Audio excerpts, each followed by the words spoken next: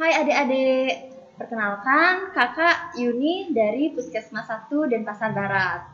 Pada kesempatan di MPLS ini, kakak akan berbagi sedikit, mengingatkan sedikit kepada adik-adik terkait demam berdarah dan juga PSN atau pemberantasan sarang nyamuk. Yuk disimak ya.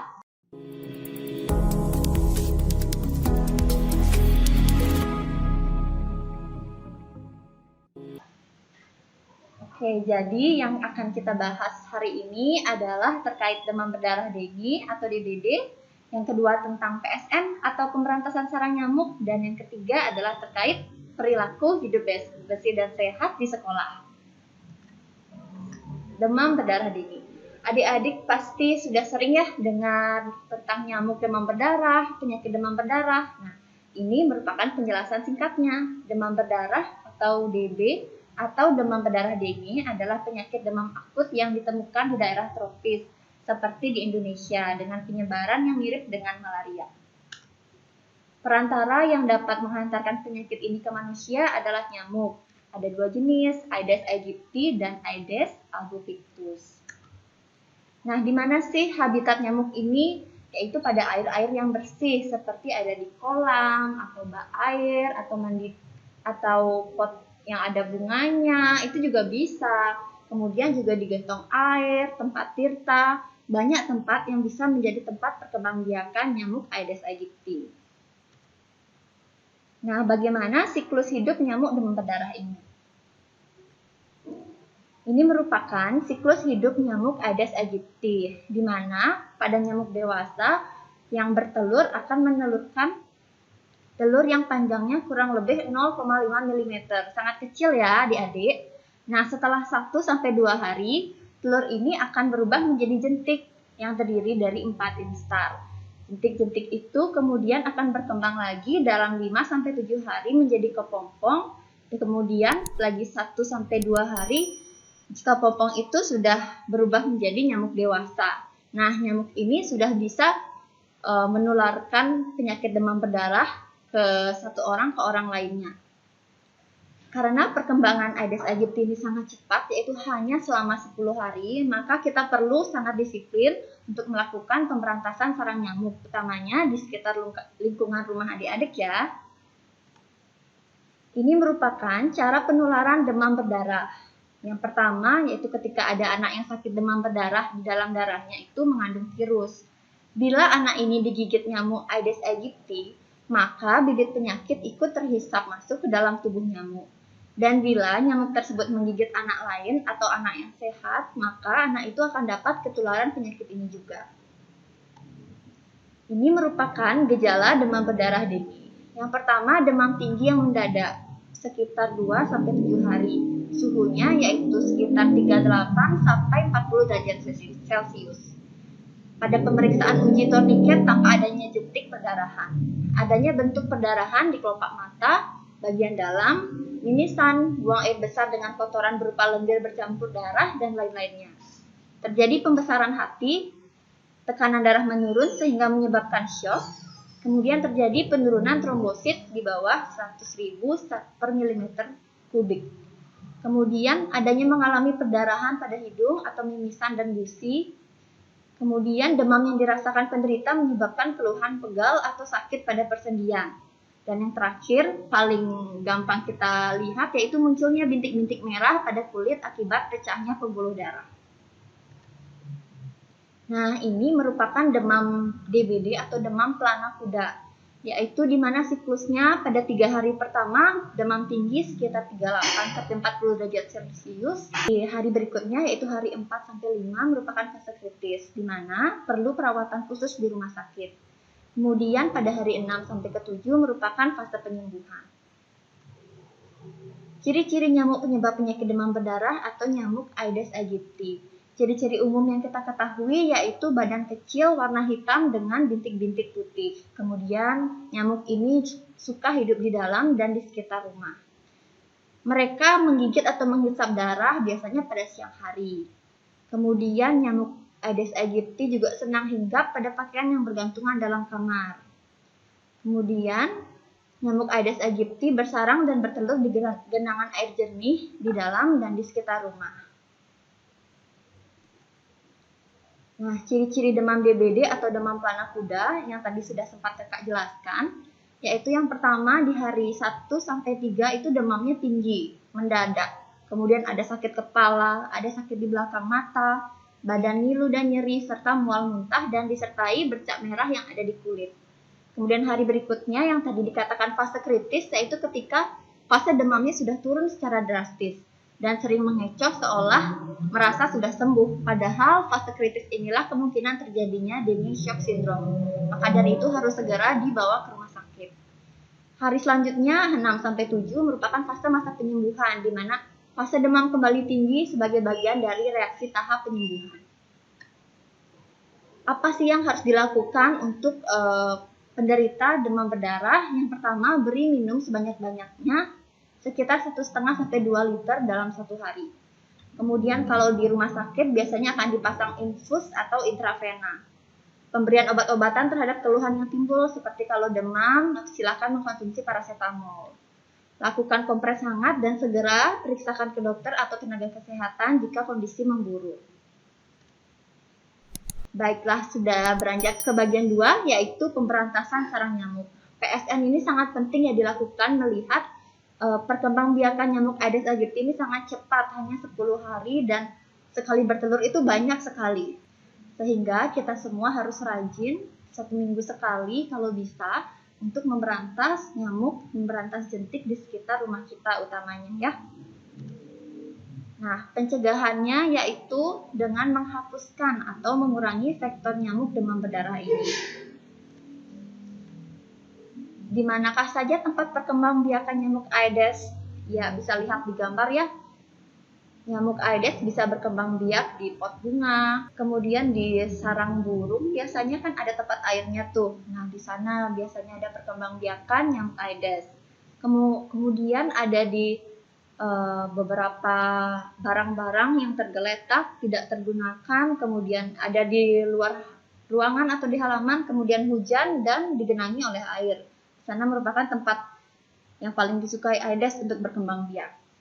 Kemudian ada di bak mandi. Bak mandi ini harus rajin disikat ya, kurang lebih 1 minggu sekali supaya tidak ada jentik-jentik yang berkembang biak di sana.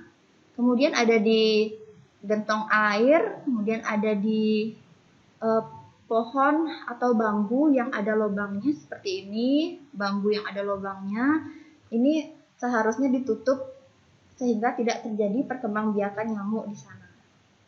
Kemudian di sela-sela genteng atau atap. Selanjutnya ada di pot lagi, ini contohnya di bawah potnya ya. Ada genangan air, kalau tidak diperhatikan ini bisa menyebabkan perkembangbiakan Aedes yang begitu bagus. Ini seperti tempat tinggal yang bagus sekali untuk nyamuk ya.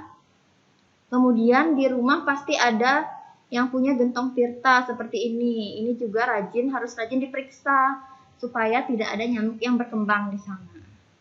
Kemudian ini yang sering terlewatkan oleh adik-adik, mungkin oleh ibu, oleh ayah, ada air di belakang kulkas. Nah, kalau adik-adik ada yang punya kulkas yang bentuknya seperti ini, coba dilihat di bagian belakangnya, periksa, yuk siapa tahu ada jentik di sana, kemudian adik bisa langsung membuangnya dan menggosoknya ya. Nah, ini sama, ini di pohon ada lubangnya, dan ini di pipa ada lubangnya yang akan menyebabkan genangan air. Selanjutnya, nah untuk mencegahnya ada 3 hal. Yang pertama ada dengan pencegahan lingkungan atau fisik, yaitu dengan pemberantasan sarang nyamuk dan juga melakukan 3M+. Yang kedua dengan pencegahan biologi, yaitu memelihara ikan pemakan jentik seperti ikan kepala timah, ikan gupi, atau bahkan ikan cupang ya. Kemudian selanjutnya pencegahan kimia, yaitu melakukan fogging atau pengasapan dan penaburkan bubuk abati. Nah, ini dia 3M+ untuk mencegah demam berdarah. Yang pertama yaitu menguras dan menyikat. Yang kedua menutup tempat penampungan air. Dan yang ketiga yaitu memanfaatkan atau mendaur ulang barang bekas. Nah, plusnya itu adalah mencegah gigitan dan perkembangbiakan nyamuk. Ada beberapa hal yang dapat dilakukan. Yang pertama, seperti pencegahan biologis tadi, yaitu memelihara ikan pemakan jentik nyamuk. Kemudian yang kedua, menggunakan obat anti nyamuk. Kemudian yang ketiga, memasang kawat kasa pada jendela dan ventilasi. Yang keempat, gotong royong membersihkan lingkungan. Ini sangat penting ya.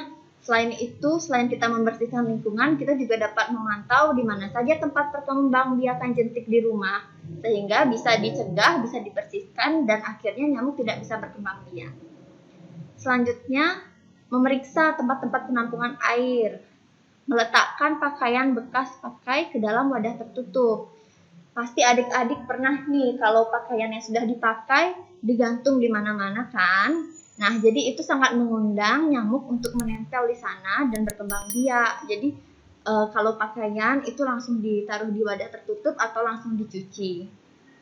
Kemudian selanjutnya memberikan larvasida atau yang biasa kita sebut dengan abate pada penampungan air yang susah dikuras.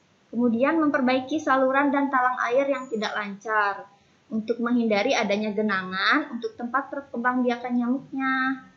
Kemudian yang terakhir, menanam tanaman pengusir nyamuk. Nah, tadi di pencegahan kimia, kakak sempat sebut tentang fogging. Nah, fogging atau pengasapan ini merupakan pilihan yang terakhir. Karena penyemprotan ini harus tetap diikuti dengan pemberantasan sarang nyamuk dan larvasidasi, agar tidak ada lagi nyamuk baru yang menetas dari jentik nyamuk dan penularan baru dapat dicegah. Fogging ini hanya membunuh nyamuk dewasa saja, sedangkan jentiknya tidak. Fogging efektif membunuh nyamuk hanya pada saat fogging itu saja. Sedangkan nyamuk baru yang muncul dari jentik-jentik nyamuk yang menetas dalam waktu 2-3 hari kemudiannya tidak akan terbunuh, sehingga tetap akan terjadi lagi penularan baru. Fogging ini merupakan juga berupa racun, di mana ada efek sampingnya ya. Nah, tetap ya, cara terbaik adalah dengan melakukan pemberantasan sarang nyamuk. Mengapa? Karena umur nyamuk betina yang 14 hari dapat mencapai 2-3 bulan kemudian akan mati. Apabila kita semua mau memberantas nyamuk penular DBD melalui gerakan pemberantasan sarang nyamuk secara serentak dan berkelanjutan minimal setiap 1 minggu sekali, maka tidak akan ada lagi nyamuk-nyamuk baru yang muncul. Sedangkan nyamuk yang ada akan mati dengan sendirinya dalam waktu paling lama 2-3 bulan. Maka lama-kelamaan kita semua akan terbebas dari penyakit demam berdarah dengue. Nah, baik PSN ini atau pemberantasan sarang nyamuk selain kita lakukan di rumah juga kita lakukan di sekolah. Nah, hal tersebut merupakan salah satu implementasi dari perilaku hidup bersih dan sehat di sekolah. Apa saja yang bisa kita lakukan untuk menerapkan perilaku bersih dan sehat di sekolah? Di sini ada 8 indikator. Yang pertama, mencuci tangan dengan sabun dan air mengalir. Kemudian yang kedua, buang dan pilah sampah kita. Yang ketiga, jajan di kantin atau warung sekolah yang bersih. Yang keempat, mengikuti kegiatan olahraga secara rutin atau minimal melakukan aktivitas fisik 30 menit sehari. Selanjutnya yaitu bebaskan dirimu dari asap rokok. Jangan merokok ya adik-adik. Kemudian timbang berat badan dan ukur tinggi badan setiap bulan untuk mengetahui pertumbuhan adik-adik. Selanjutnya, buang air kecil dan buang air besar di jamban atau di toilet. Selanjutnya, yang kita jelaskan tadi yaitu tentang bebaskan sekolah kita dari jentik nyamuk. Nah, perilaku hidup bersih dan sehat di sekolah ini apabila dilakukan dengan sungguh-sungguh dan disiplin tentu akan meningkatkan kesehatan adik-adik semua. Nah, tadi kakak sudah menjelaskan berbagai hal terkait pemberantasan sarang nyamuk, demam berdarah dengue, dan juga perilaku hidup bersih di sekolah. Nah, yuk kita praktek ya, adik di rumah masing-masing. 1. Periksa jentik nyamuk di lingkungan rumahmu. Nah, bagaimana sih caranya, Kak? Lihat tempat-tempat yang menampung air seperti bak mandi, ember, dispenser, pot bunga, kolam, dan lainnya. Ya, setelah adik melihat-lihat, mengamati, adik bisa melaporkan atau menceritakan pengalaman terkait hasil pemeriksaan adik-adik pada guru melalui format yang sudah diberikan. Nah, jangan lupa sertakan satu foto pada saat adik memeriksa jentik nyamuk. Yuk, mari kita ciptakan lingkungan bebas sarang nyamuk Aedes untuk mencegah penyebaran penyakit DPD. Semoga materi yang kakak berikan, sharing yang kita lakukan bermanfaat untuk adik-adik ya. Terima kasih.